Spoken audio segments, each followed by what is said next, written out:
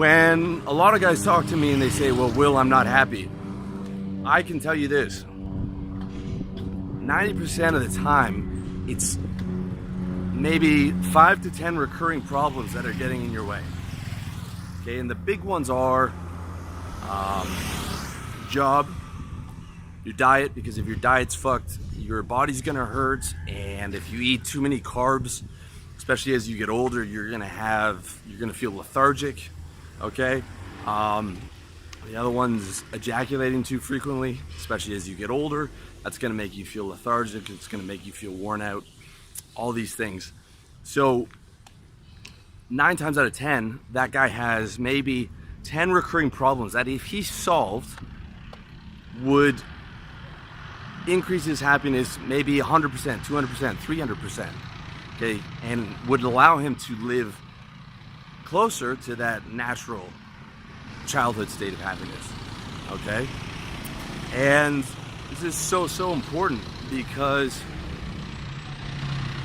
instead of applying all your efforts to this vision of success, right, this vague grasping vision of success, apply all your efforts to being happier and really sit down and say, what are the things that are in my way right now? What are the things where I wake up in the morning and I'm not happy? Okay? What do I have to do to solve those?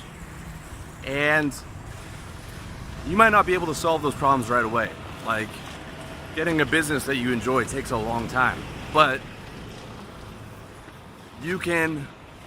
many of them you can make great efforts within the next month. Okay? Like fixing your back pain or fixing your diet. That's a huge one that you can do within the next 2 weeks. You can notice massive differences in how you feel by getting your diet in check and not eating too many carbs and not eating too much at meals. So the first thing to do is look at, like, what are the 10 worst recurring problems that I'm dealing with right now? And I like to put them in my project section of my Wonder List, okay? And then you want to sit down, put them in your project section of your Wonder List, okay? You can see how to set up your Wonder List in my book, How to Get Organized. But even if you just sit down with a pen and paper, that's okay too. And then put together an action plan on how you're gonna deal with those recurring problems, okay? Some of them you could solve today. If you're fucked up over a toxic girlfriend that's cheating on you and you're fighting with her, you could drop her today and have that major problem be solved, all right?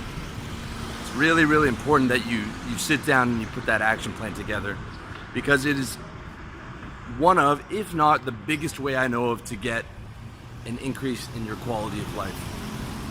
And one thing though that you gotta look out for is you might be able to sit down with the action plan and look at it and see, okay, I've got these 10 major problems that are fucking up my life, and it seems like it's too big to handle all at once, okay?